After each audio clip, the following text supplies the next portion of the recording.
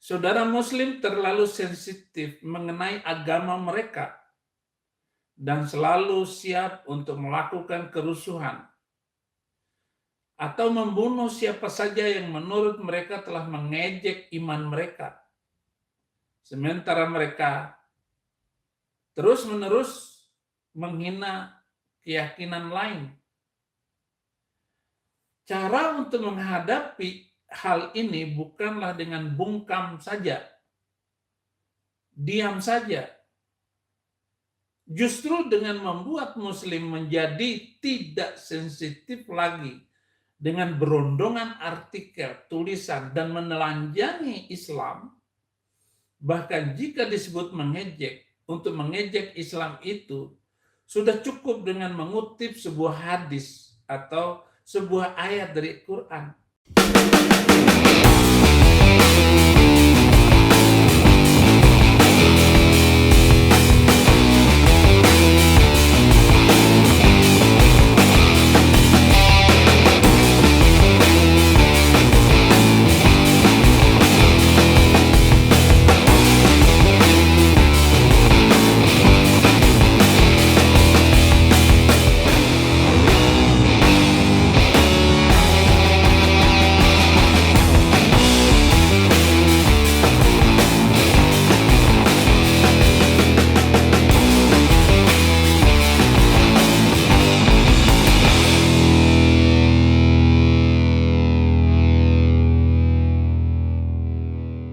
Shalom, Om Swastiastu, salam kebajikan bagi kita semua dimanapun kita berada pada saat ini. Kiranya kita semua tetap berada dalam keadaan sehat dan apapun yang merupakan aktivitas kita sepanjang hari ini, kita terus diberkati dan kembali lagi berjumpa di channel ini. Terima kasih buat teman-teman semua dan juga para sahabat yang sudah mendukung perkembangan channel ini.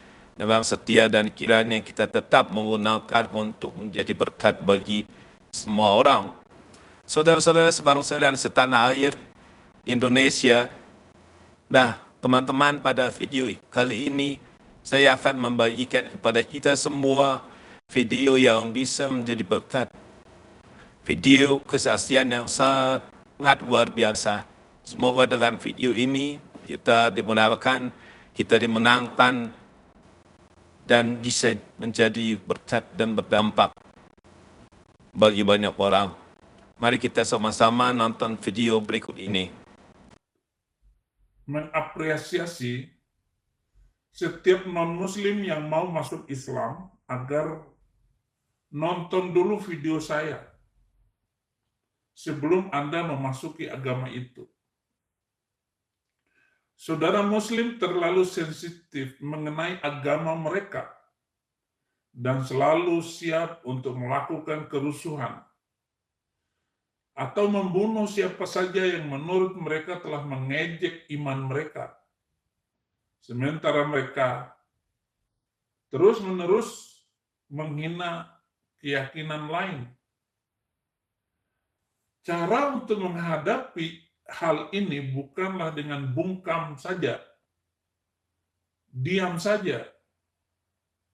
Justru dengan membuat Muslim menjadi tidak sensitif lagi dengan berondongan artikel, tulisan, dan menelanjangi Islam, bahkan jika disebut mengejek, untuk mengejek Islam itu sudah cukup dengan mengutip sebuah hadis atau sebuah ayat dari Quran. Tulisan-tulisan saya, khutbah-khutbah saya, bahkan beberapa buku yang saya tulis, dengan baik tugas itu untuk menunjukkan bahwa Islam tampak tidak masuk akal dan sangat bodoh. Semakin banyak orang menerbitkan artikel-artikel yang menelanjangi Islam, semakin cepat Muslim akan menyadari bahwa mereka tidak dapat membungkam dunia melalui rengekan, tangisan, kesedihan, atau berlagak jadi korban mengancam dan membuat kerusuhan. Lalu mengata-ngatain kita penghina Islam. Lalu diterapkan undang-undang penistaan agama. Cengeng sekali mentalitas seperti itu. Jika orang-orang Islam boleh mengejek Yesus, mengapa tidak ada orang boleh mengejek Muhammad?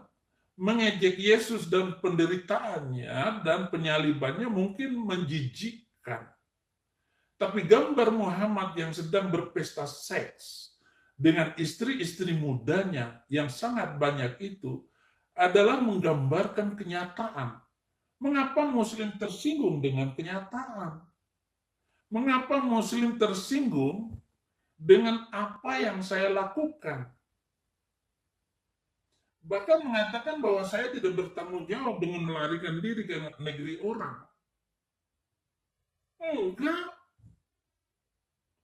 Saya akan menghadapi kenyataan-kenyataan itu dengan gentle.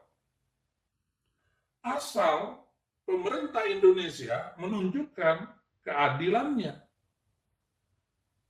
Dengan menangkap Somad, Kainama, Nandar, dan semua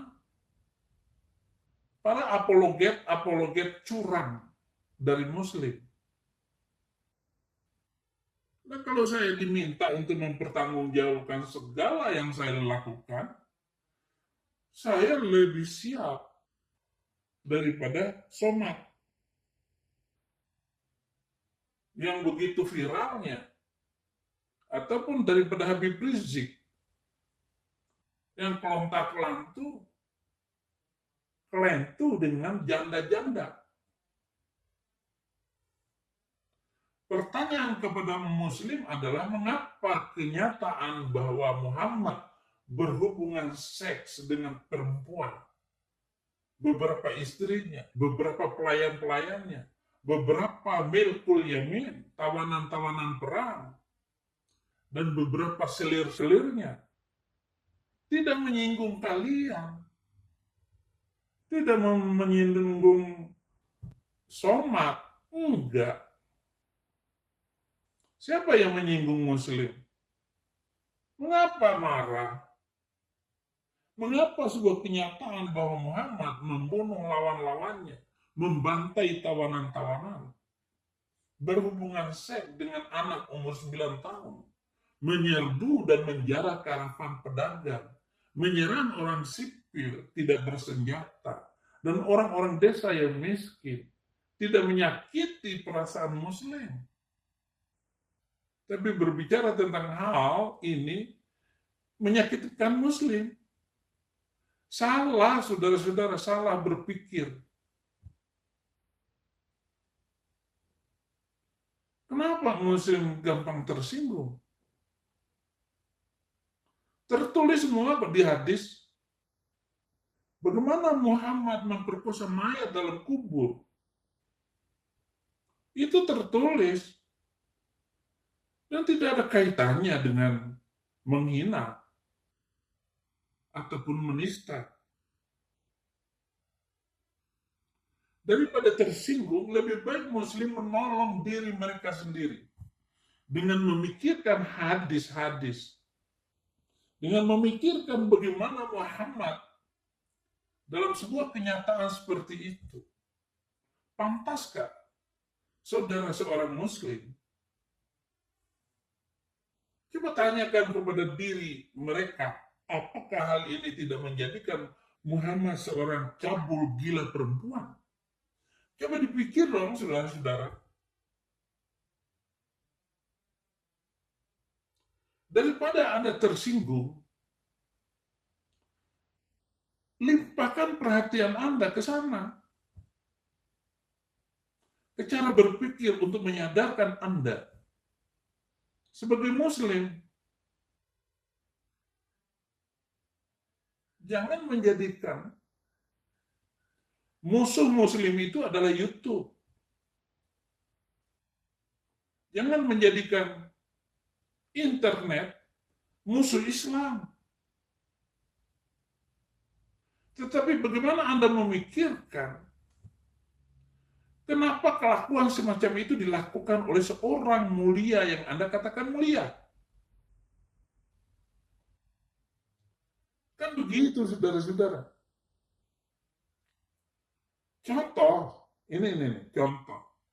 Bukhari jilid 7 buku 62 hadis nomor 6 dikisahkan oleh Anas, sang Nabi biasa berkeliling berhubungan seks dengan semua istrinya dalam satu malam. Dan ia mempunyai 9 istri.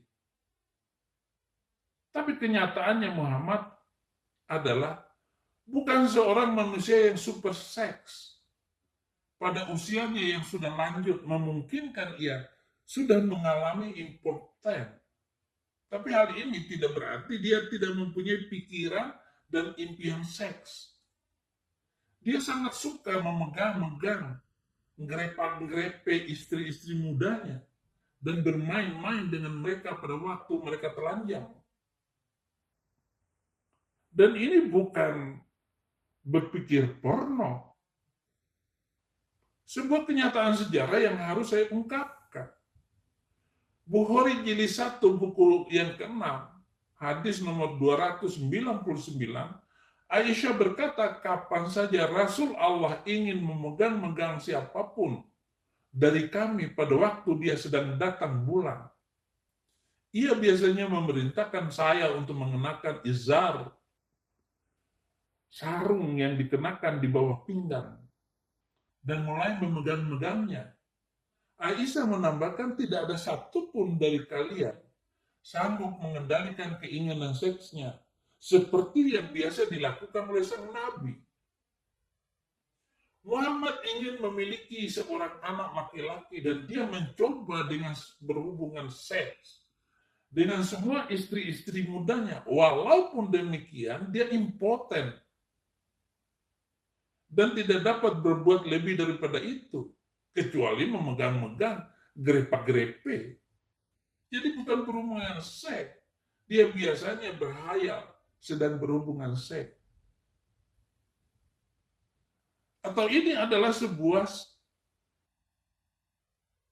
tafsiran saya. Tapi silakan dong. Ini bukan sebuah penghinaan kalau begitu. Bukhari jilid 1 buku ke-71 hadis nomor 660 dikisahkan oleh Aisyah, sihir mempengaruhi Rasul Allah sehingga dia biasa berpikir bahwa dia berhubungan seks dengan istri-istrinya, sementara dia sebenarnya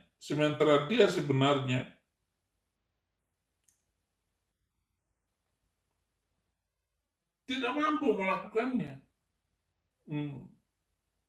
Jadi begitu, saudara-saudara.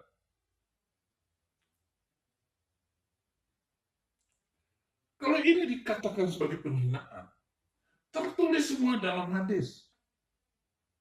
Hanya hadis-hadis ataupun buku-buku yang sudah saya sampaikan ini malu diajarkan di sekolah-sekolah Islam. Malu diajarkan di masjid-masjid. Ini kan, ya memang memalukan. Tetapi Muslim jangan marah dong. Nggak boleh marah.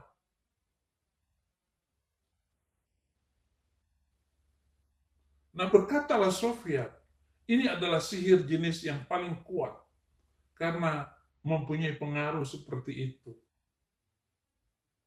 Jadi Muhammad dikatakan sihir ketika dia membayangkan berhubungan dengan istrinya sebanyak-banyaknya. Gambaran Muhammad dengan istri-istrinya seharusnya tidak menyinggung Muslim. Apa yang memalukan adalah keyakinan mereka pada orang seperti itu sebagai utusan Tuhan. Hanya itu yang paling memalukan. Tetapi Muslim ingin mempertahankan bahwa Muhammad itu manusia mulia. Ya Nabi, salam alaika, ya Rasul. Dengan begitukah cara kita mengatakan orang cabul, lalu menyanyi-nyanyi nama dia. Ini suatu kenyataan.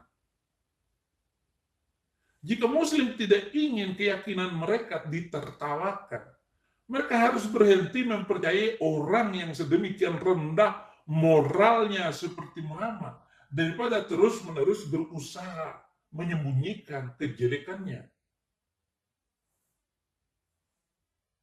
Muslim selalu melakukan teror dan intimidasi untuk menakuti orang-orang agar berhenti membahas Islam dan Muhammad. Tetapi tidak ada yang enak diceritakan, dijadikan bahan YouTube selain masalah Muhammad dan perempuan dan kelakuan moralnya itu. Jangan menteror dan mengintimidasi. Nah, sekarang saya sudah bebas intimidasi dan teror dari Muslim. Bahkan menteri sekalipun, wakil presiden Ma'ruf Amin nggak bisa berbuat apa-apa lagi dengan sihir. Nggak bisa sihir lewat YouTube. Sihir apa terhadap saya? Nggak bisa kan? Dan ini sangat mempermalukan Muslim se-Indonesia, bahkan seluruh dunia. Dan kalau ini dibuat title Inggrisnya, itu akan laris video-video saya. Karena ini menyangkut penghinaan terhadap kadrun dan seluruh turunan Nabi. Entahkah itu Quraisy Syihab, Habib Rizik Syihab, yang mengaku-ngaku Nabi, turunan Nabi itu Basmi, atau siapapun untuk Anda. Coba logislah berpikir seperti apa yang saya sampaikan ini. Semua orang harus memfokuskan pada kesadaran bahwa Muslim tidak boleh dibiarkan menyerang kebebasan berpendapat kita dengan ancaman-ancaman dan kekerasan. Ada banyak buku yang ditulis menentang kekristenan, menentang Yudaism, Hinduism, Buddhisme, dan setiap agama lain di bawah matahari atau dalam gua. Tetapi Muslim adalah satu-satunya yang memprotes dan ingin membungkam setiap orang yang menulis menentang agama mereka. Sudah waktunya orang berdiri melawan kesewenang-wenangan Muslim dan mempertahankan kebebasan berpikir dan menulis apa yang perlu ditulis. Silakan. Bagaimana komentar-komentar terhadap Saifuddin Ibrahim yang menghina dan menghujat saya di chatting ini? Saya tetap oke, like, yes, yes, yes. Jelas menghina saya. Atau perlu saya hapus? Kalau sudah keterlaluan, ya saya hapus. Ya, saya juga nggak kuat menghapusnya semuanya, tetapi semua komen saya baca terus. Cobalah berpikir waras, saudaraku yang Muslim. Mampu nggak Anda berpikir waras? Sadar.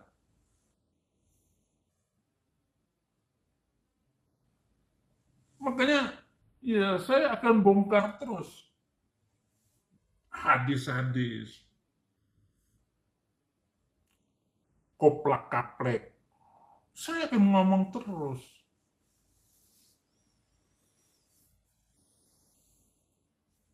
Kalian menangkap terus itu orang Kristen, YouTubers. Mereka juga cari makan dari situ. Ya, saya kira untuk membuka kesadaran kita. Karena saya tidak sekedar menghadapi musuh luar. Di dalam Kristen aja, saya dianggap sebagai perusak agama mereka, menghina agama mereka. Enggak. Saya tetap berbicara tentang fakta. Saya selalu berbicara tentang kebenaran. Dan Anda tidak perlu ragu dengan apapun yang saya katakan. Bahwa saya salah. Ini hanyalah menyatakan kebenaran, bukan sebuah penghinaan.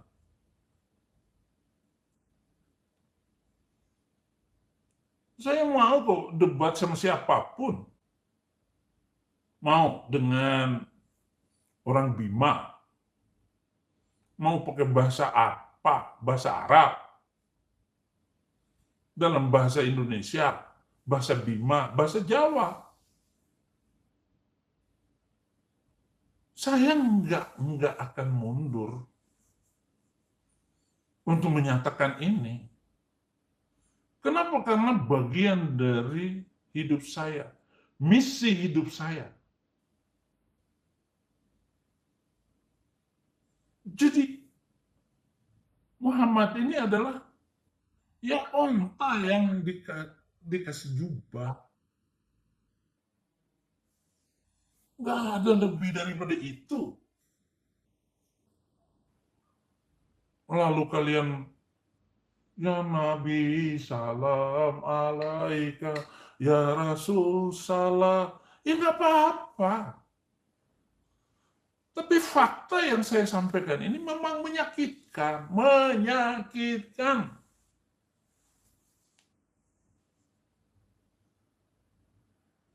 Ya Nabi salam alaika, ya Rasul salam alaika. Ampun, ampun. Jadi selama 40 tahun itu saya belajar tentang Muhammad. Tapi ketika saya membeli hadis-hadis, buku-buku tentang Muhammad,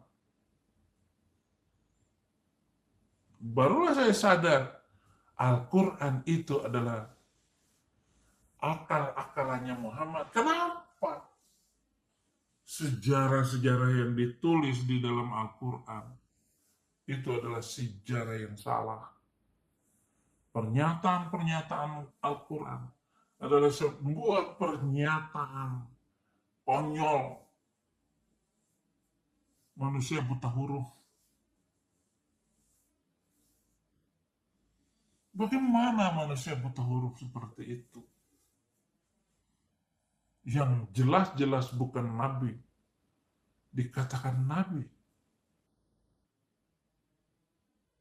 Dan bisa kita buktikan secara real, Muhammad bukan nabi. Al-Quran, akal-akalan dia. Muhammad turun celana, turun ayat. Turun ayat, turun celana. Memang rusak itu manusia. Nah, sekarang saya bisa ngomong dengan berani setelah saya ini rumah nyaman. Kalau polisi harus menangkap saya, harus melewati 2 pos satpam.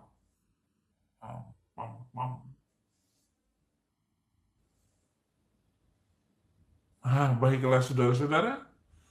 Ya, ada request untuk lawyer terbaik di California adalah David Hagigi.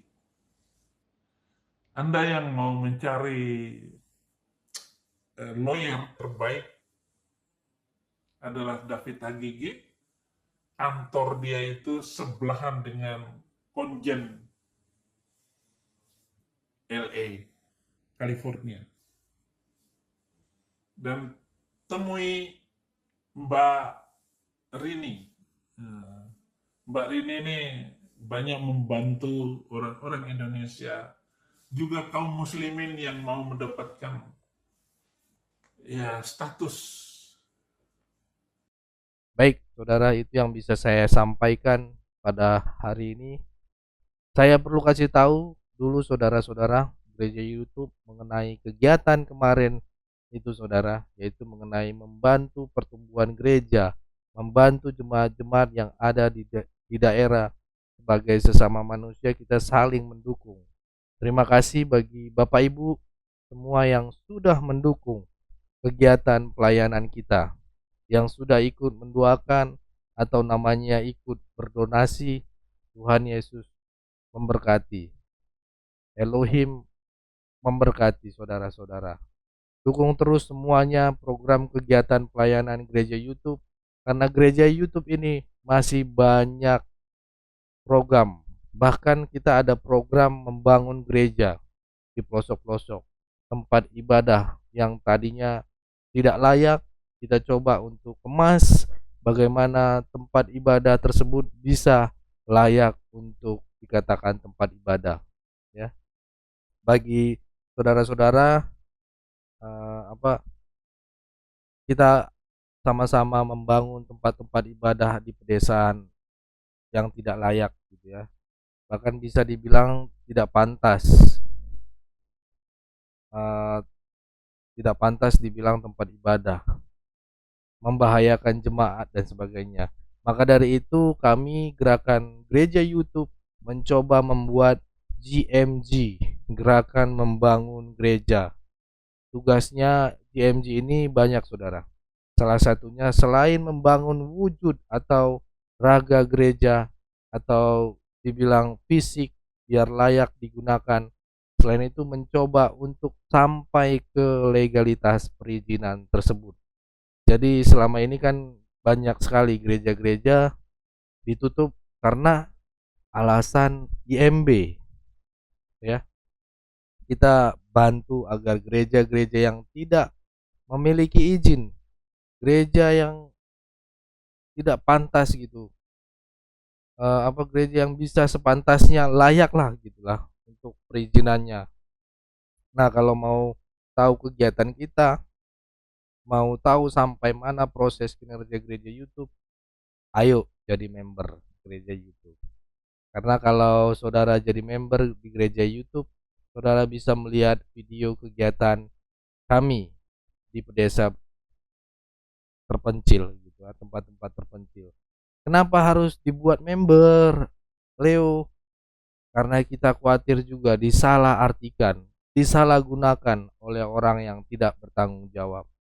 Tim gereja YouTube juga mau untuk pelayanan ini dianggap spesial dan tidak mau diumbar-umbarkan.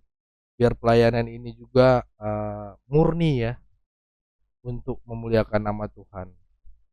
Nah, itu ya saudara-saudara, biar perkenanan Tuhan juga terjadi. Takutnya nanti saudara-saudara merasa ini kok di privat gitu, karena kita juga khawatir konten-konten dari gereja YouTube diambil yang lain, disalahgunakan gitu ya. Nah, gimana caranya bergabung dan menjadi member? Saudara bisa klik tombol bertulisan terima kasih atau bergabung. Di situ saudara-saudara bisa klik nominal dan kirim melalui via apa gitu ya. Yuk jadi member. Kalau sudah jadi member, saudara berarti sangat mendukung dan ambil bagian dalam semua pelayanan di gereja YouTube. Selain itu, saudara bisa berdonasi untuk pelayanan ini. Atau saudara mau memberkati di nomor rekening yayasan kami. Kita ada kolom deskripsi setiap video kami, karena gereja YouTube juga tentu butuh dukungan dana Bapak Ibu gitu ya. Kayak hari kemarin kita pelayanan juga kita dapat masukan untuk membuat ambulan saudara. Membuat ambulan itu di pedesaan juga gitu, tempat terpencil jauh dari perkotaan gitu. Kenapa kita mau memberikan ambulan? Biar serba bisa gitu. Jadi kerinduan kita menggunakan gereja YouTube ini, mana tahu saya percaya ada orang-orang baik, orang-orang yang tulus, kami yang bergerak, saudara yang memberikan doa maupun dukungan dana gitu ya. Jadi kita belikan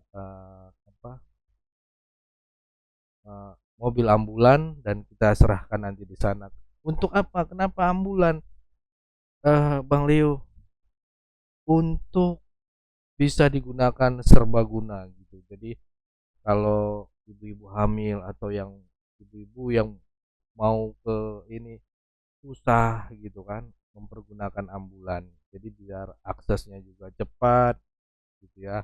Dan kalau ambulan sendiri tahu sendiri, kalau ibu-ibu lagi melahirkan kan bisa bawa langsung, atau ada yang sangat mendadak bisa menggunakan itu, walaupun jalannya jauh, daripada kita beli mobil-mobil pribadi gitu, ya kita cari yang second lah buat dibikin ambulan, dan itu nanti kita berikan ininya. Jadi itu ya saudara, bisa yang rindu memberkati bisa di nomor rekening Yayasan Cipta Pelita Kasih gitu ya, karena di situ semua jelas gitu.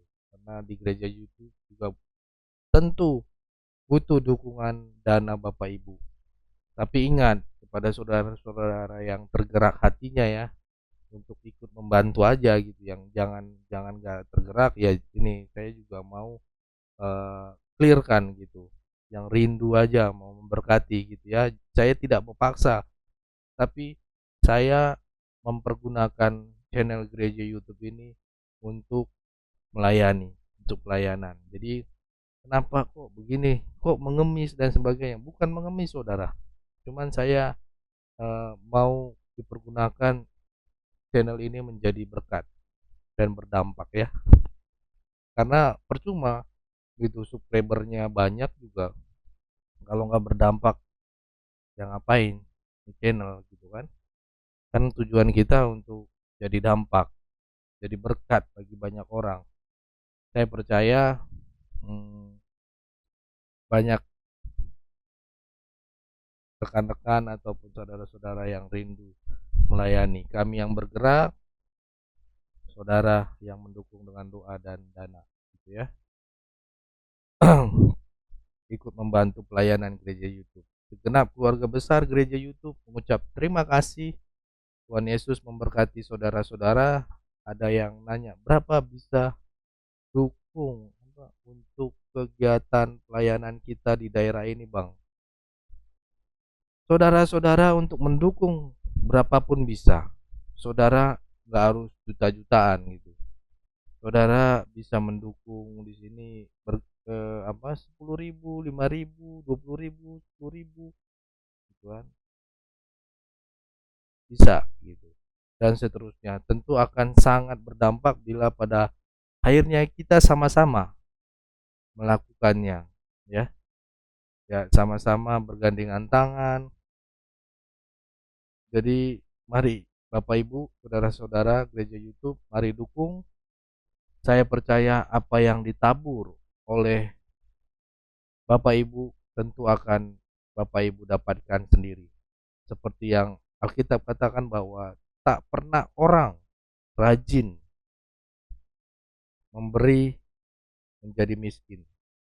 Justru akan menjadi berkat bagi banyak orang. Dan pastinya tiada berkesudahan.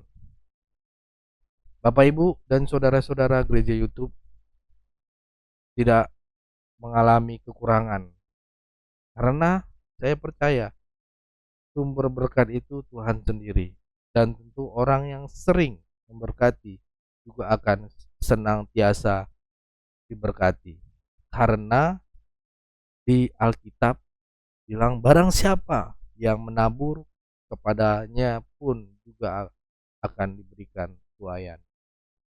Dia juga akan menuai. Ingat, menabur banyak, menuai banyak. Menabur sedikit, ya saudara-saudara gereja itu pasti dapatnya sedikit gitu. Tapi poin pentingnya adalah apa yang bisa kita buat, apa yang bisa kita bantu, itulah yang paling penting. Mari saling bahu membahu ya. Oke Bapak Ibu, saudara-saudara gereja YouTube, semuanya mengenai tadi apa ya, kegiatan GMG, gerakan membangun gereja.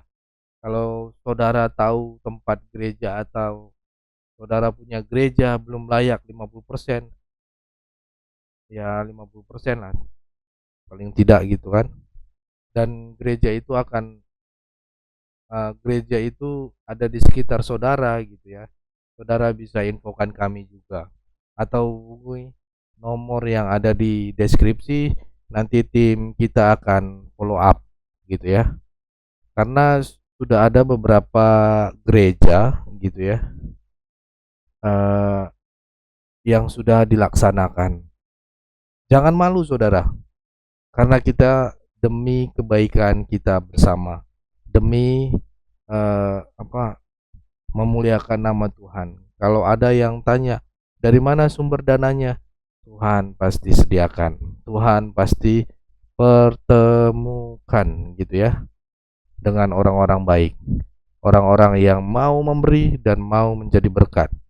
Sebenarnya sudah banyak kita pegang, jadi jangan malu, infokan langsung biar kita follow up ya saudara-saudara. Kalau gereja itu layak, kita juga senang.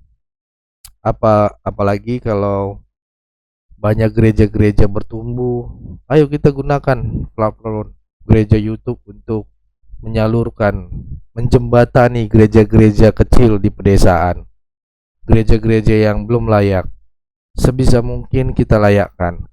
Itulah program tahun ini dari gereja YouTube. Kalau tahun kemarin kita memang punya tema penuaian jiwa, tapi kalau jiwa sudah dicari tapi tempatnya tidak ada, mereka tidak diajarkan atau diberikan edukasi untuk dibimbing gitu kan, ya sama aja bohong, sama aja omong kosong gitu saudara ya. Maka dari itu kita terus bergerak dan berjalan untuk terus maju dan berkembang. Ayo jadi berkat, ayo berdampak, jangan cuman sekedar nonton gitu ya, atau sekedar bikin tontonan, tapi kita bisa jadi tuntunan. Itu saudara-saudaraku, terima kasih, salam toleransi, Tuhan Yesus memberkati kita semua.